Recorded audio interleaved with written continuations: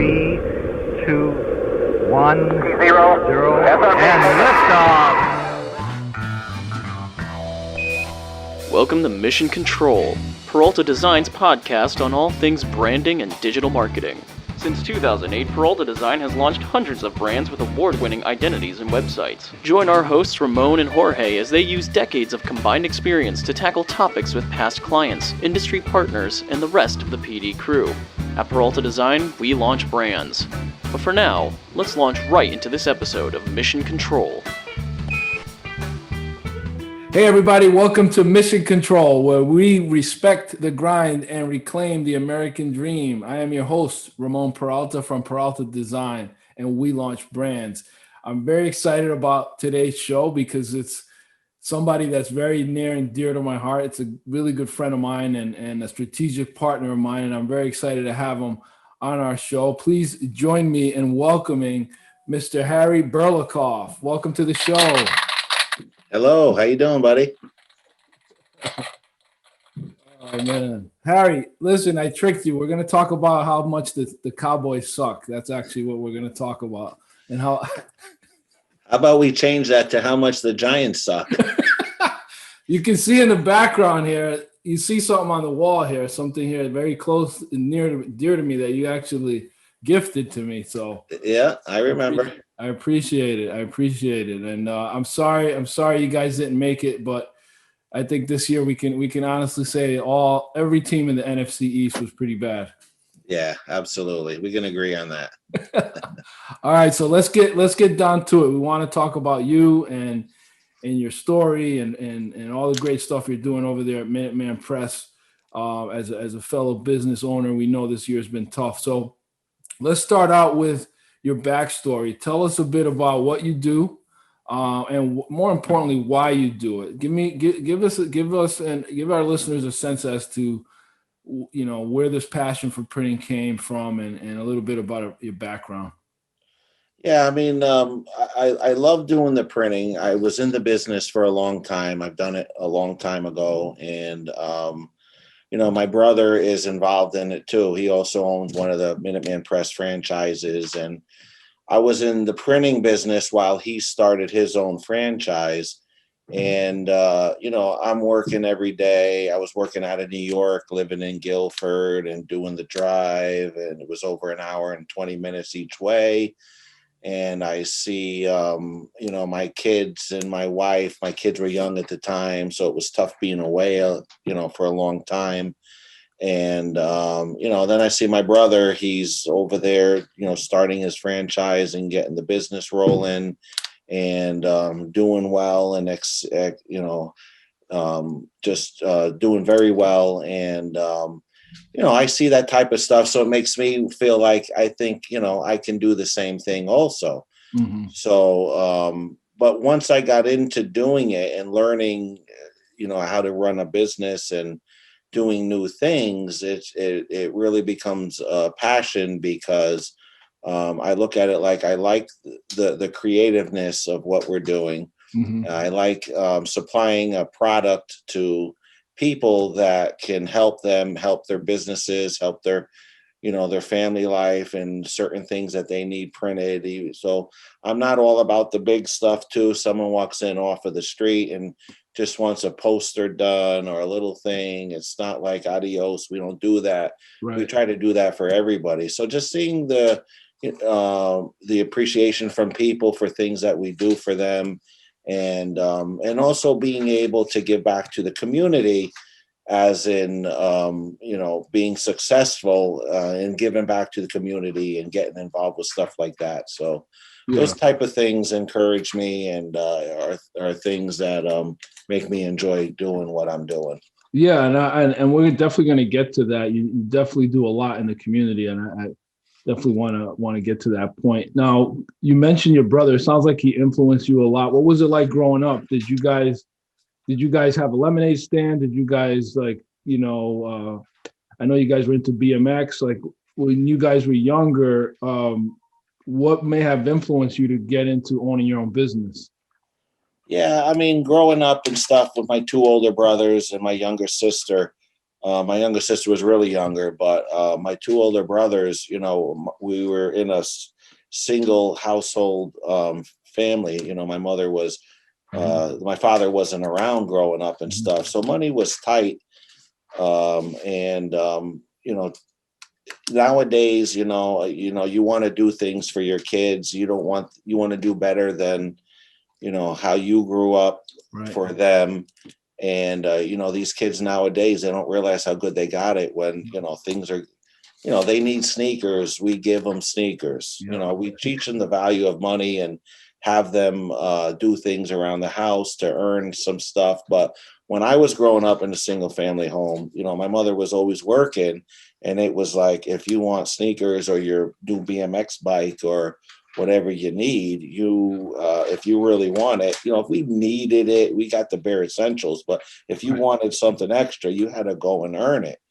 So with my family and my two older brothers, seeing them, you know, they scrapped and scrounged and working, and see them making money, not in official jobs or anything, but, you know, like raking leaves in the summertime, knocking on doors in the fall, you know, hitting people up for raking their yard. And then in the wintertime is when you made the big bucks with the, you know, when it was snowing out and breaking your back. And now I look back, my uncle got away with a hell of a deal. It was like a 80-yard driveway. You know, I think he paid me $20 or something, but we didn't realize it at the time. But that $20 went a long way back then. So, you know, growing up and seeing those types of things, I saw my brothers doing them, and I started them at a young age. And, you know, you kind of get that sense where, you know, you get the taste of, you know, you work hard, you get paid. And, you know, so yeah,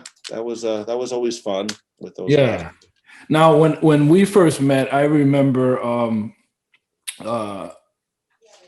you know, I was looking for a local printer. I had been working in Stanford for a number of years, and now I found myself working from home. At the time, I had been laid off, and I was looking for a local printer. I don't know how I don't know if I went online or if I looked in the phone book. You know, that's how long ago it was. But I remember saying, "Oh, there's a Minuteman Press downtown." There was a Rapid Press that I used to use in Stanford, and I looked you up, and I remember going down there. You were at the other place there where it was like I think there was like a convenience store there now, or it was on Howe Avenue. But I remember walking in and speaking with you, and I don't know, we hit it off because you kind of understood that I needed this thing to get printed right. It was a client in Texas. I was trying to impress them, and I remember you just willing to go above and beyond. But do you remember that like first instant when we first met? I do, absolutely. I remember you coming in and inquiring, and you were like one of my first high-end clients who needed something, you know, high-end, you know, fancy, nice paper, you know, certain spot colors you got to match. This was, you know, the pinnacle of printing at the time of what we needed to do. And, you know, I had just started business maybe 8 months before that. So, you know, people were just coming in for regular postcards and this or that. So I do remember when you coming in, and, you know, I think that's when you had first started your entrepreneurial journey. And I remember doing work for you. I remember you were working out of your house. I remember delivering a couple things there. Yeah. Seeing your little your office down there. You were in your PJs.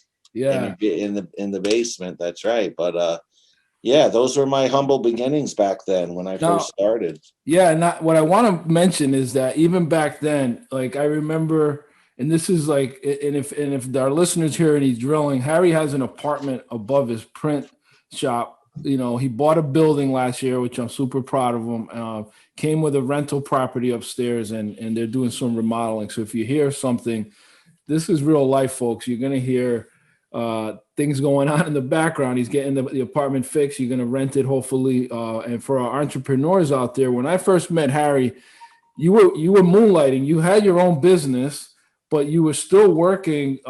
I think you were working an overnight shift doing like photo retouch work. You want to tell us a little bit about that? Because you've got some pretty good Photoshop skills, and you were doing some work for Pepsi, I think, at the time.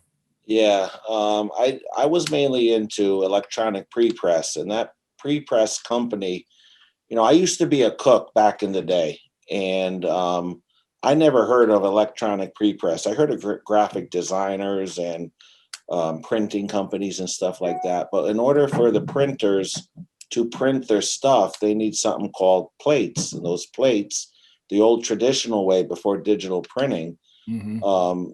needed to be produced, which went on the presses in order to transfer the ink from the blanket onto the paper. You needed these plates. So in Mm-hmm. order to get the plates, you needed a good electronic file so the colors would separate right and the images would look right. So they had these companies. That is all they did was electronic pre-press. So a designer like Pepsi would send in their files, and we would look at the files, and we would they had many different printing processes. Like some of them, they would print on cans. Some of them they would print on shrink wrap.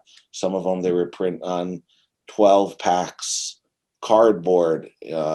So when all those different printing processes needed to be done, the final outcome had to, all the colors, the blue from this process had to match the blue from this process, had to match the blue from here, and so on and so on. So it got pretty intricate. And once they did one design, we'd have to put them into a different die, so a different layout from the 12 pack to the 6-pack. So getting back to what I was talking about, basically, this electronic pre-press was a lot bigger than I've never heard of. And my brother Ron, my older brother, was working in a pre-press company. He started there at the bottom, and he was working his way up, and I was working as a cook. And he's like, "Look, Harry, you always like computers.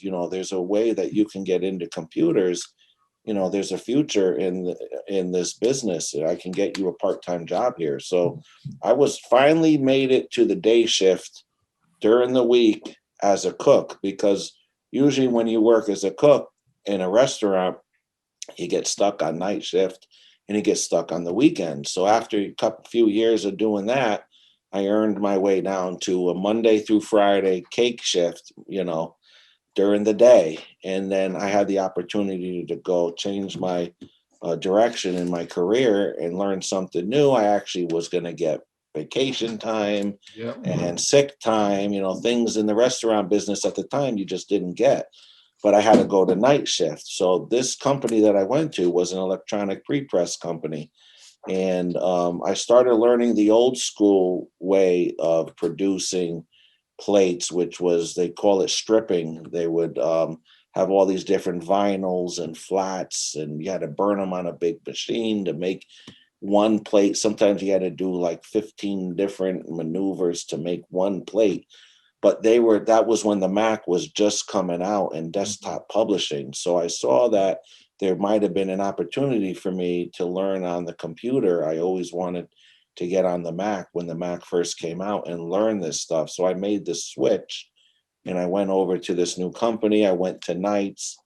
I mopped floors. I emptied garbages. And then they finally got me in the proofing room where I was making proofs. And then I went on to the contacting room. And right about then, they started to bring in the electronic pre-press stuff.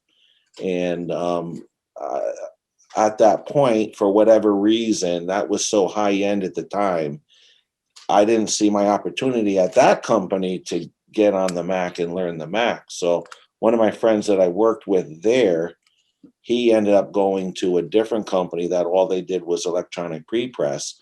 And he's telling me if I start out at the bottom, which was doing quality control, eventually that they're telling him that I can have a position learning the computers. So I said, what the heck? I'm going to take that chance and do it. So I switched over to this new company, and I thought it was pretty easy at first, because it was like, here's a printout, and then we're going to make our proofs, and you got to compare the proof. I just stood there all day comparing a proof to a printout and make sure that it matched. All the text was the same, all the graphics was the same, nothing looked funny. and I enjoyed it. And I think I did that for maybe like 6 months or so. Mm-hmm. And they were giving me the opportunity. The guy that was running their Mac department at night wanted to go to the day, so they needed a new nighttime supervisor to run the Mac and print film and all of this stuff. So I jumped at the opportunity. I was on days at that point, but knowing I'd have to go to nights. But it took about 6 months of me training during the day with the day shift guys until they felt that I was up to par. So I got my opportunity to learn on the Mac, and they taught me all the different programs like Freehand and Quark Express. Those are older ones that not a lot of people use. Don't even exist anymore. Yeah. Yeah, I still know some people that still use Quark. Why, I don't know, but I learned that, and then I was learning Illustrator and Adobe Photoshop, and then I switched over to the night shift, and I was young and full of spunk and ready to learn and work a bazillion hours. I think I had a record there. One night I worked, I don't know, it was over 24 hours. That week I think I ended up with 99 3/4 hours in 1 week.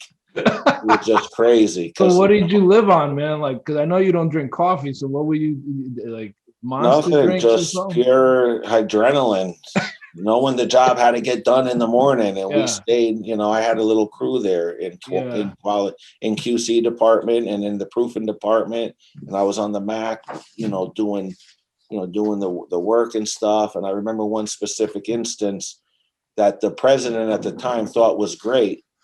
This is before I think this is before I even got on the Mac. I was a quality control, and this is what got me on the Mac.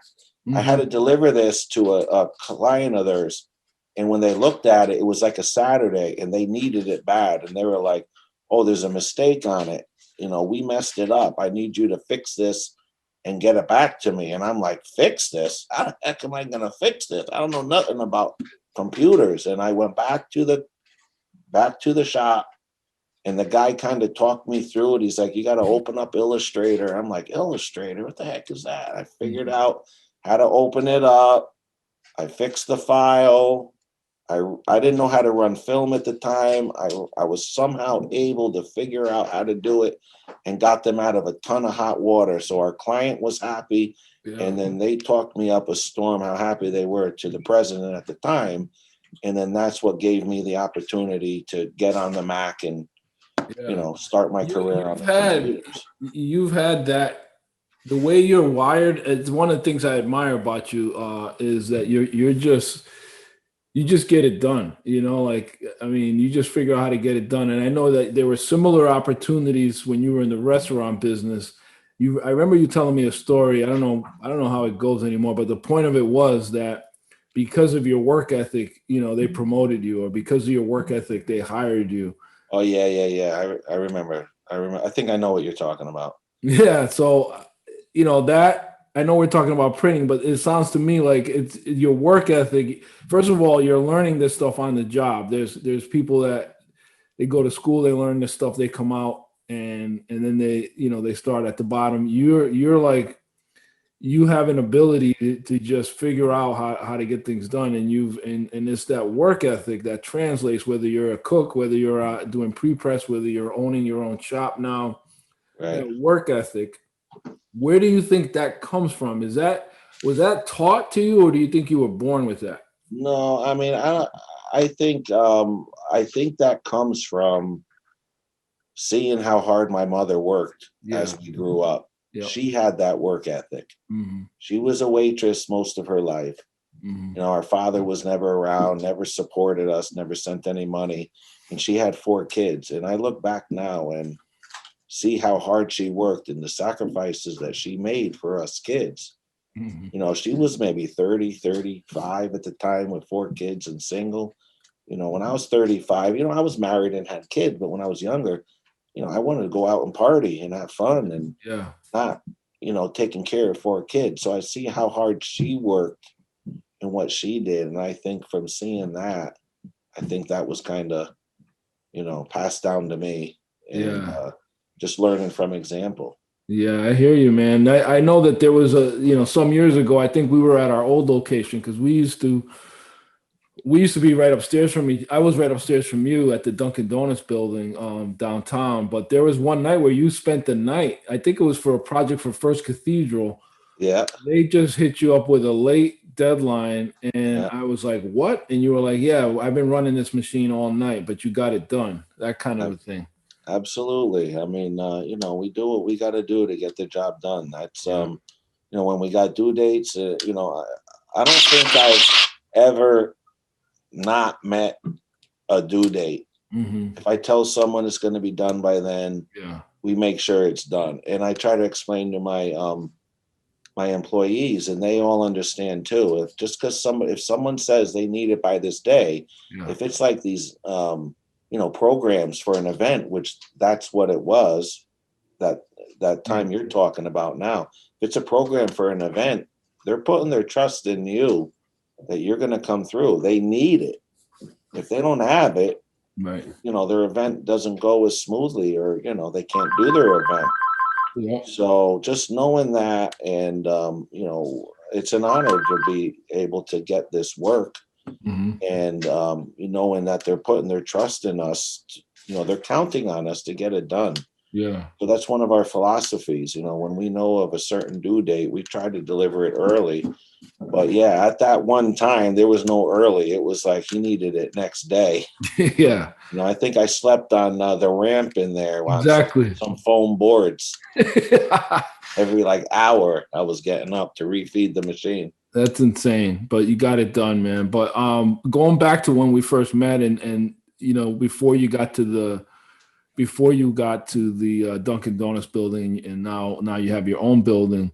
Um, remember having a conversation with you, and this is a lot for our listeners that are moonlighting, because I think a lot of us start our own businesses while we still collecting a paycheck somewhere else, or we're the best time to start your own business is while you're working, and then you have the steady paycheck, and then you can transition. But I remember you were like, I didn't know when you were sleeping. Speaking of sleep, because you were working at night at the pre-press job, and then you were running your business during the day.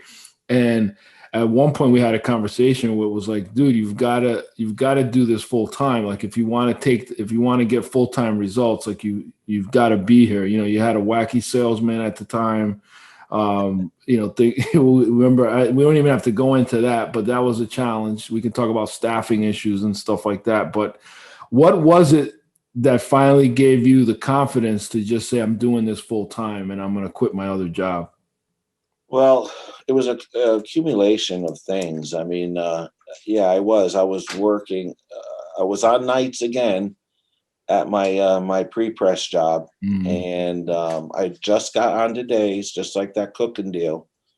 And then for a while before that, a couple years, I had been looking to get into this franchise, and buying into Minuteman Press, and just the right opportunity hadn't come around. And at this point, this opportunity did arise. It was in Shelton, at the place where we first met. It used to be a printer. It was Valley Printing years ago, Mhm. and it was a printing company for, I don't know, 30 years. And there was no other Minuteman Press in this area.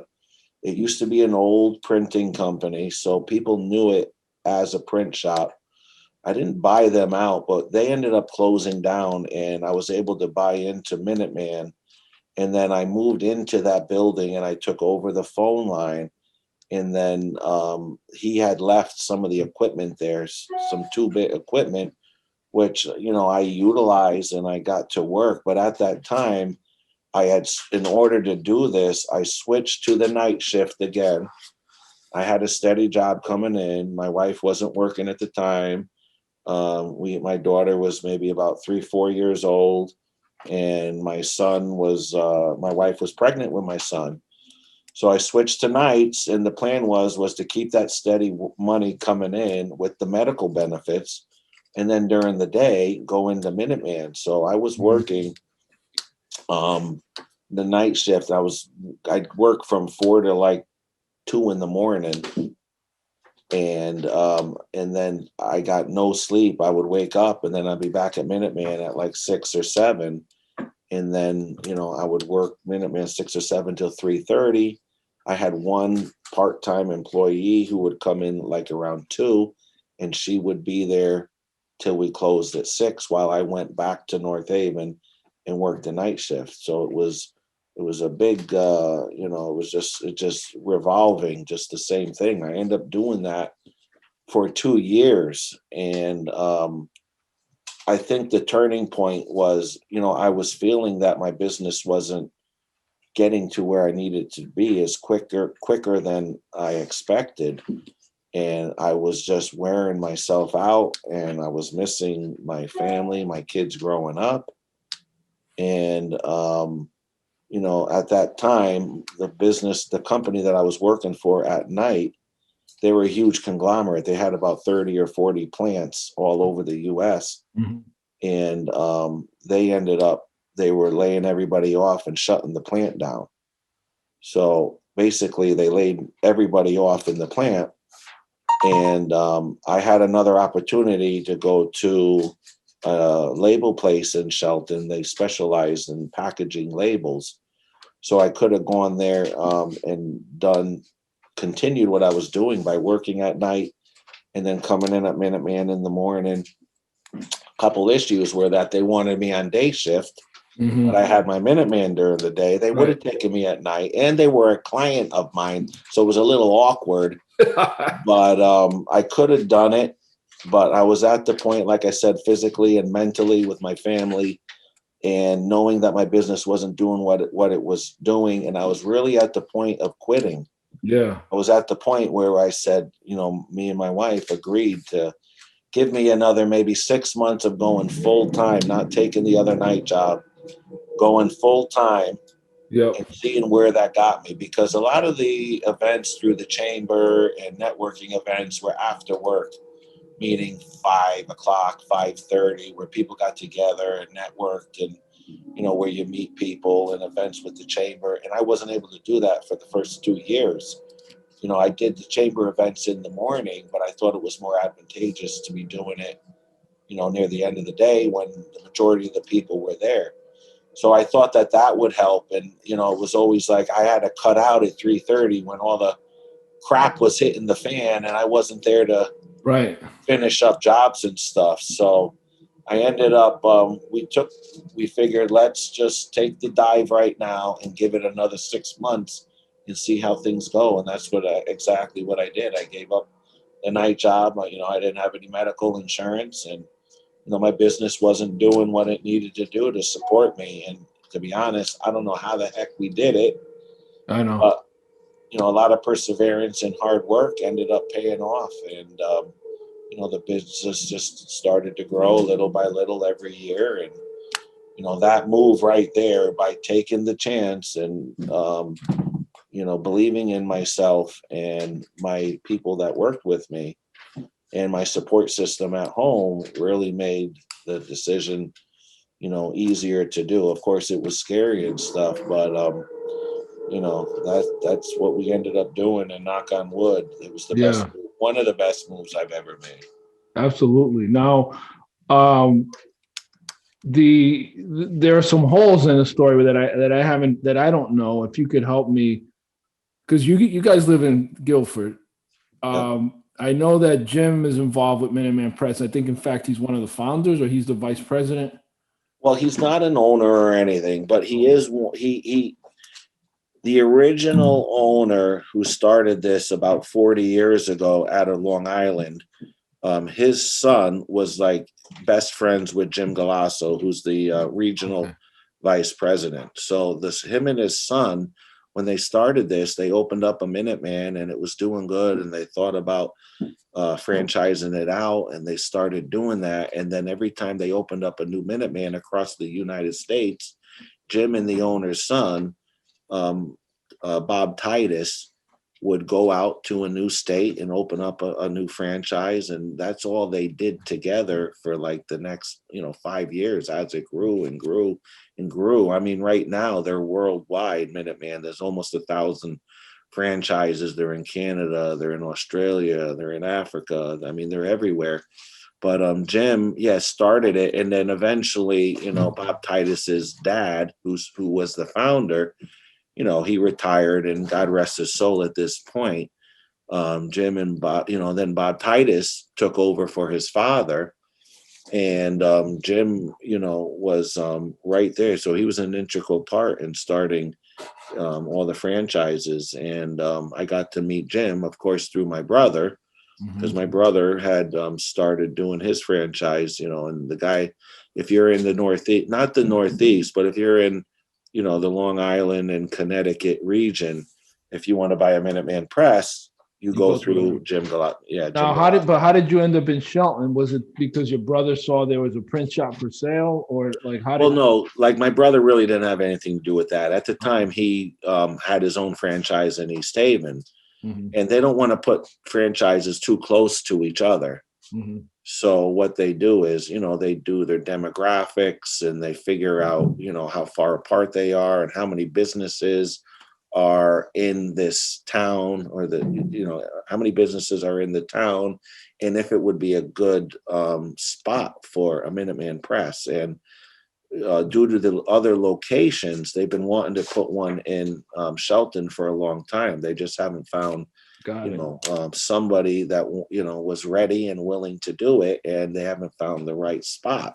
Now, there's different ways of opening up a Minuteman Press. If you got a lot of bankroll, you can start out, you can buy in, and then you can, rent a building, an expensive one or a cheap one, up on Bridgeport Ave where Split Rock is, and where the rent's prime spots, and you can just open one up on your own and do the marketing and build your business. There's another way of if you find an older print shop, what they like to do is they solicit some of these older print shops that the gentleman might be ready to retire, and they got a decent business. So what we try to do is cut deals with them, saying, look, if you want to retire, we'll buy your business from you, and then we transform it into a Minuteman Press. Got it. So that's kind of like what I did. I mean, I did that, but there wasn't much business left there. I mean, they like doing that. So when you start up, you at least have some sort of clientele base, to get you going, and to hopefully, keep the electric on, and till you build your business. And, I didn't have that bankroll, and even doing something like that was still expensive for me. So that's why this opportunity where it was, because it was a print shop. He had some clients. They had some clients. They were doing about 100,000 in sales a year at this point. At one point, in their 30-year business, they had been doing, they hit $1 million in sales, but, things change, and I think that technology just kind of left them behind, and they kind of got left behind. So they were basically closed down because the gentleman died, and he had two of his niece and his nephew working there for him. And the plan was they closed down, and then I was cutting a deal to move in there, and I was going to hire the two people. And what ended up happening was I kind of got the raw end of the deal, because, like a day before I was ready to close, I found out that the two people that were working there sent a letter out to all their clientele saying that they're moving to Ansonia, and they had a father that had a flooring business, and they were doing it out of the flooring business. And basically they changed the name by adding on a comma or an LLC or something. So long story short, when I got in there, there was zero business. Although man. we thought there was going to be some sort of startup business. Wow. But so you literally started from scratch with. Yeah. I mean, I had a little advantage because, it used to be a print shop. So people were used to just going there, and some people just didn't, care, or they might not have gotten the letter. There was a little bit there, but not what we had planned on to help me get going and stuff like that, So it was a lot of the old files were there, and, we were pushing the new technology with the computers, and stuff like that. And they were doing everything old school. They didn't have any email. They didn't have a computer in sight. So I just felt like with my experience and my crave for technology and wanting to learn, I thought that we could do this. And at that point, I was already knee deep in it, so there wasn't any turning back. I had to make it work. It was what it was, and so. Yeah. So tell me a little bit about I know you and your brother now that you guys own your own. He's in East Haven. You're in Shelton. And you guys have opportunity to travel to conventions. What kind of support does Minuteman give that? Because you could have bought the Valley Print Shop and then just called it, kept the name Valley Print or changed it, but you went with the franchise route. What are some of the advantages? Like, I know you guys go away to conventions and stuff. Yeah, I mean, there was definitely some advantages, and I thought of not doing it through Minuteman, and I had other opportunities through different print shops that I knew of that were going out of business for me to take over and stuff like that. And I look back at it now and it was like, I thank God that I did go with a franchise. Now, maybe that was only good for me because I knew the electronic pre-press part. I didn't really, I worked in a print shop that had electronic pre-press, but I never really ran a business. I never did a lot of marketing. I never wanted to be a salesperson and depend upon me selling in order to get a paycheck. But so my point is that the franchise gave you a ton of support. Yeah. Just one thing about paper. I mean, there's a million different specs of paper when there's text stock and cover stock and different weights of text stock and base stock and different grains of paper and different modes and colors and, patterns. And I mean, to me, that was one of the hardest things. And whenever I had an issue or a problem or a question, it was just, I get on the horn, call up the home base, and they had a tech support there. When I first opened up, usually a Minuteman Press, they give you a field rep who comes out and helps you get situated and get the place in order and, get you rolling. They give them to you for a couple of weeks and then you're on your own. But with my situation, I was leaving at 3:30 every day and going somewhere else. And they went above and beyond. I don't know if it was just because, my brother was, with them already for another 10 years and maybe they were giving me some extra help. But I think that no matter who it was, they probably would have done the same.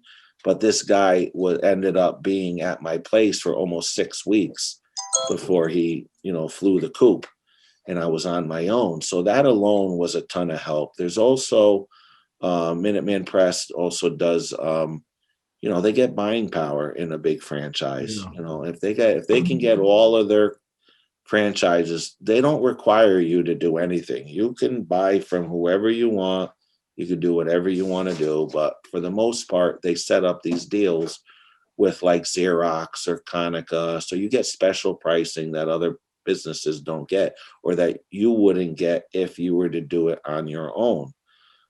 Paper companies, Linda Meyer Monroe, Central Paper, all these companies, they give you a better deal because you're all buying from them. So they're selling a lot more.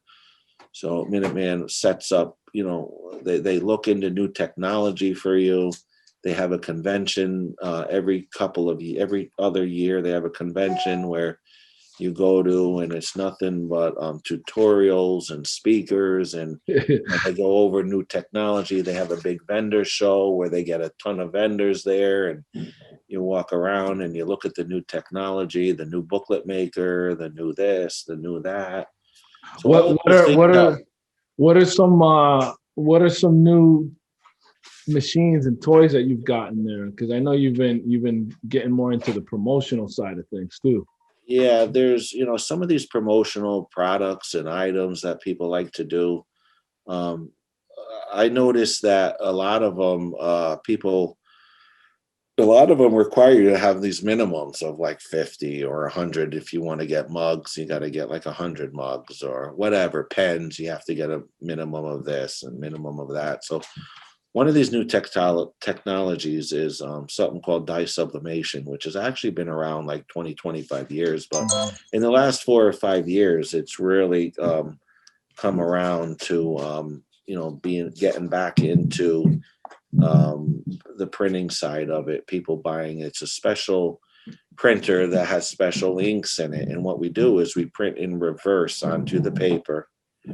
And then when this ink, the substrate that you put it on, whether it's a mug or some sort of shirt or on metal, we do these metal prints. You put the paper upside down onto this substrate, and the substrate has to have a polyester coating on it. And then we put it into some sort of heat press. So when the heat press heats it up, there's a chemical reaction between the ink and the polyester coating that's on the substrate, and they bond together like the ink, like bond. It's not like ink laying on top of metal. It goes into it. It goes into it and it bonds to it, and it creates it where it's like scratch proof. You have different finishes that are like a matte or a satin or a high gloss. But after you heat press it and open up the heat press and pull the paper off, it's bonded in there. So it gives like a really beautiful high-end look product that's going to last a really long time. Artists nowadays, how they used to have these G clays that prints that are like archival paper. So when they print them out on it, they last, a long time, 10, 20 years. I don't know how long they last.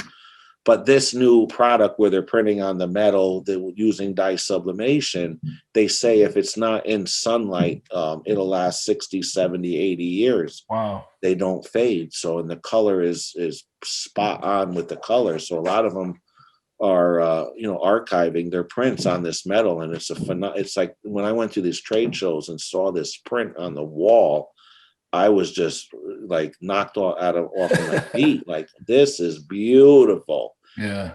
So I wanted to get into that. And by being able to produce these big metal prints and smaller metal prints, and by buying this system, we're able to do the promotional products in-house, where we're not depending on another company, because 9 times out of 10, these promotional products that you go through, if you're going through a local printer or wherever, they don't do them in-house. There's this network of places that do them. They always farm it out. These giant companies that do them and send them in.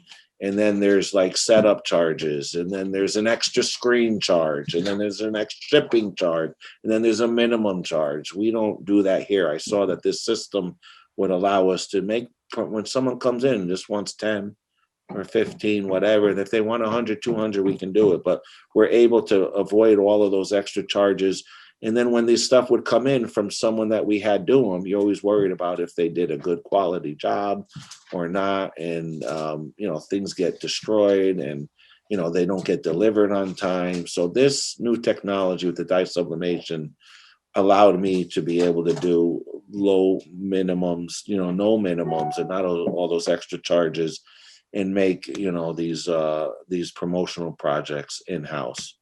Yeah. Wow, man. That's great. And so that's a new area.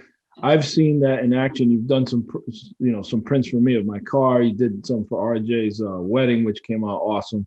Yeah. Appreciate that. I think it's a great product that you've added.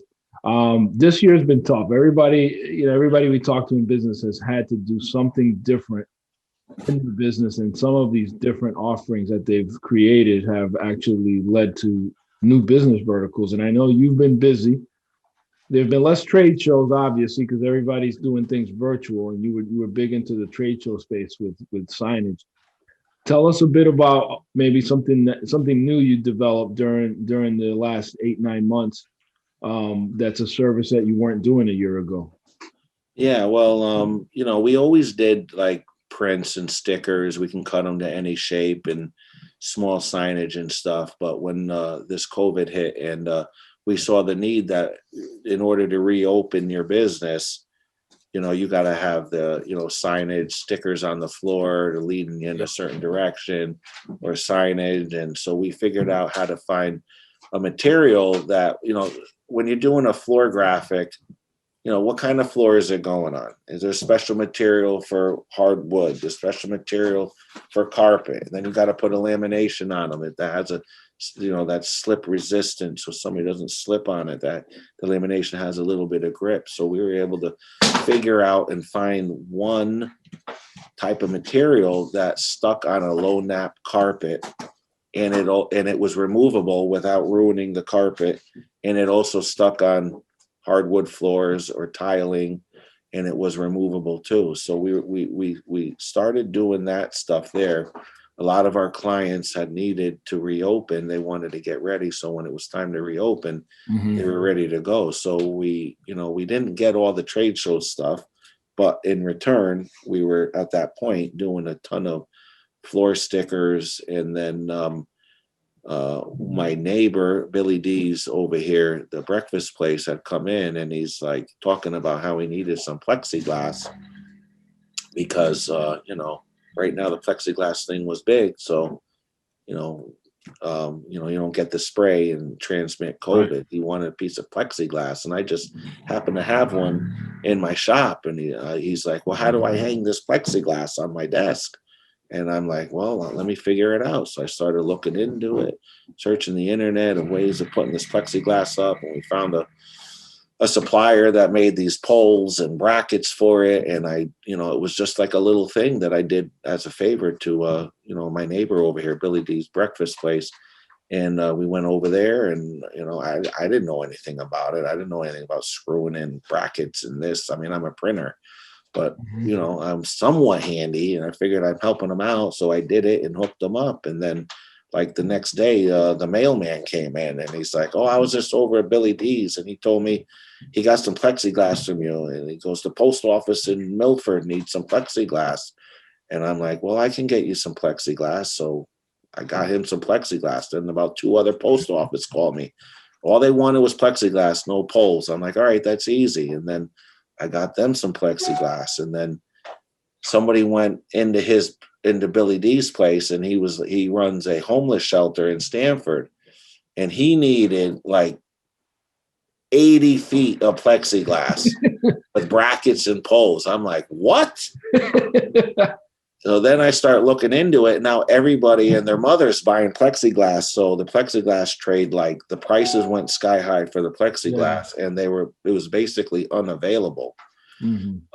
So I had to go out of my realm and figure out where to get it and pull out some contacts of some new suppliers, and I was able to secure the plexiglass, and I found these brackets and poles. And my guy Jerry that does a lot of our signage installs for us came through. He's really handy, and we go over the project together. And we did the guy out in Stamford that the homeless shelter. We got that done, and then I'm like, I got to start advertising this plexiglass because everybody wants it. Yeah. So we started doing that, and then I did the Shelton dentist place up here. I did one VCA over here, the custom, their whole front countertops.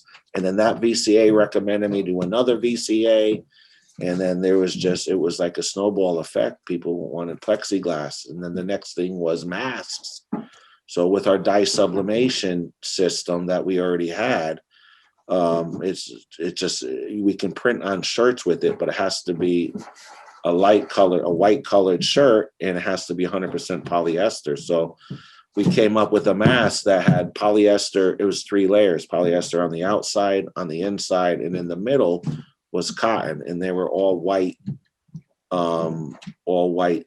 masks. So what we were doing is we're printing the colors onto them. Like I can't do dye sublimation on a dark polyester shirt because it works with the inks, and this machine doesn't print a white ink.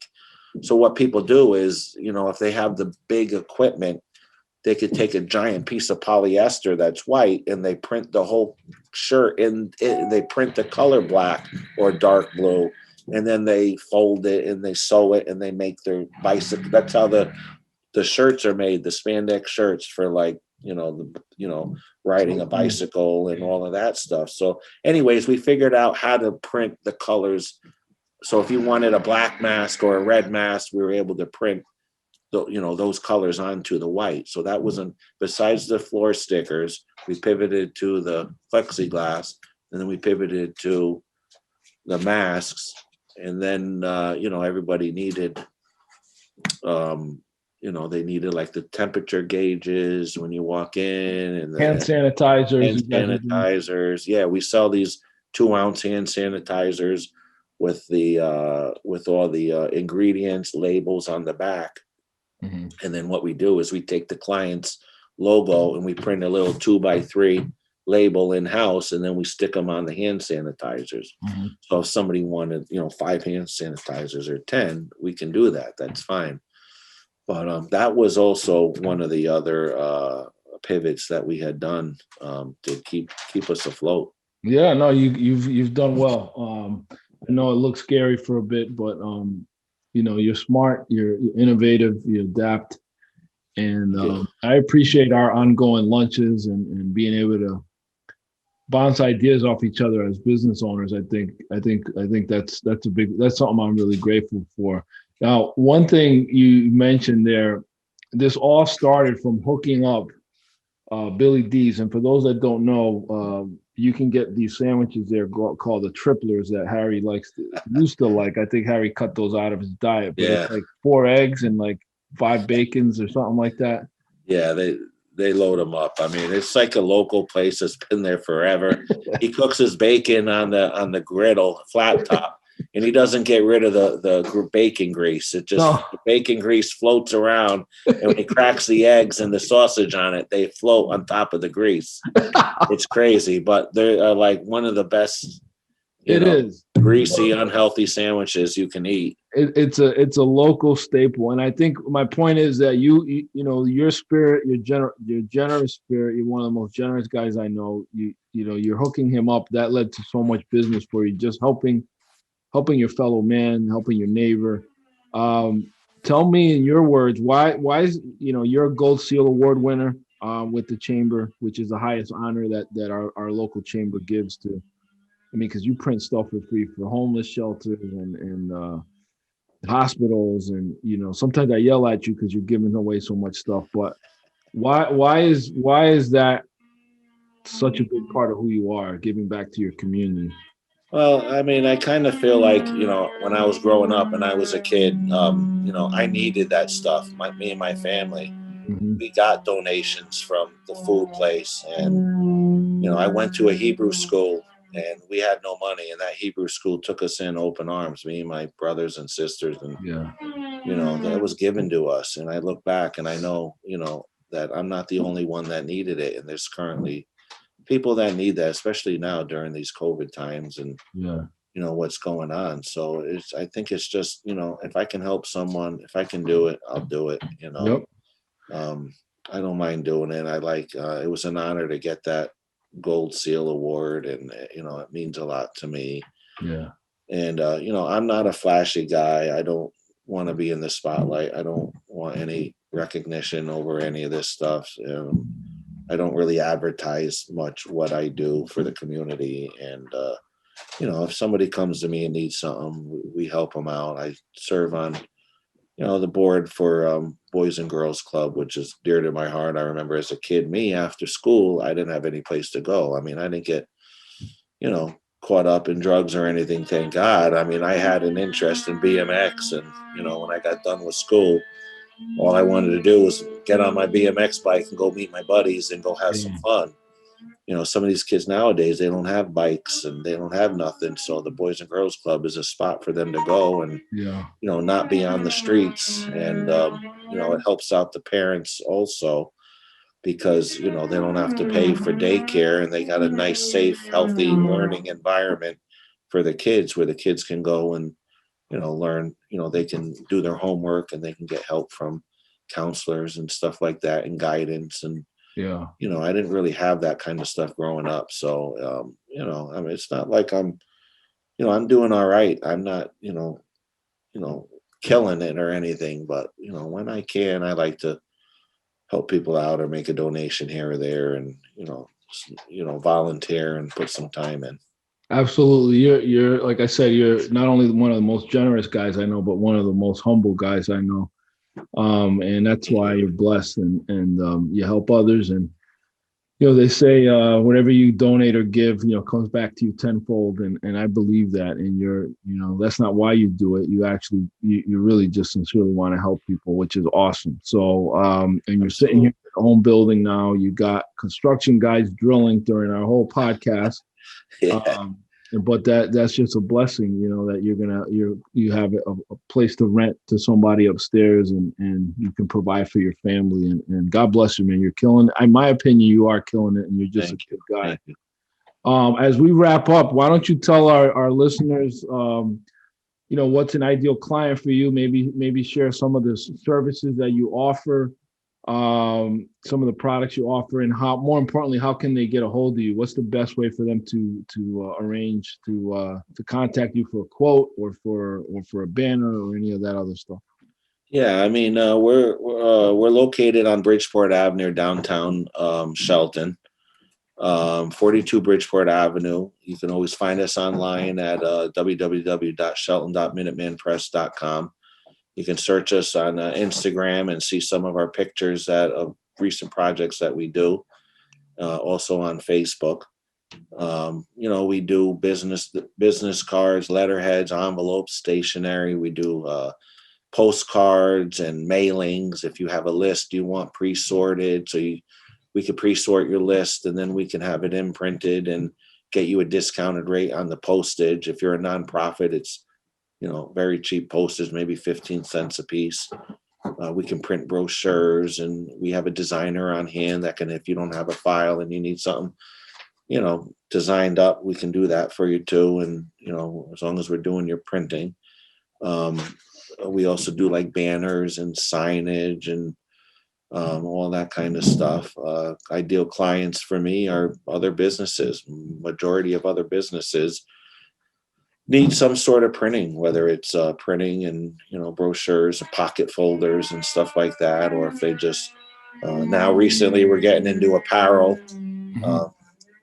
We do apparel on our shirts. We do embroidery, and we just bought a brand new machine that's it's a DTG machine. It's called direct to garment, where the traditional way of printing on shirts was to get it screen printed, and they come out really nice. Again, you got to get a minimum, there's spot colors. So printing a 4-color picture screen printed, is costly. They last, the product looks good, but this new machine, it's just a giant printer where we can put a nice 100% cotton or 50-50 cotton poly shirt right on it, no matter what color it is. And no matter what picture you have, full color. I mean, it's top quality. It comes out great. They last, maybe 50 washes or so. And that's the latest thing. If you walked in off the street and you want one shirt, we'll make you one shirt. And if you're willing to wait 20 minutes, we can do it right then and there for you. Awesome, man. Thank you, Harry. Harry and I go back, many, many years. I call him a strategic partner because I refer business to him. He refers to me. I implore you all out there listening to check him out. Even if you're not in Shelton, you can check out his website. It's shelton.minutemanpress.com. Harry, thank you for making the time. I know that you got a lot going on there upstairs and in your shop, but I appreciate you joining me on this show. Thanks for making the time, bud. I love you, and I'll let you know when this airs. All right. Love you too, my friend. Be good. All right, man. Hey, everybody. Thank you for listening to this episode of Mission Control. Until next time, this is Ramon Peralta with Peralta Design, and we launch brands.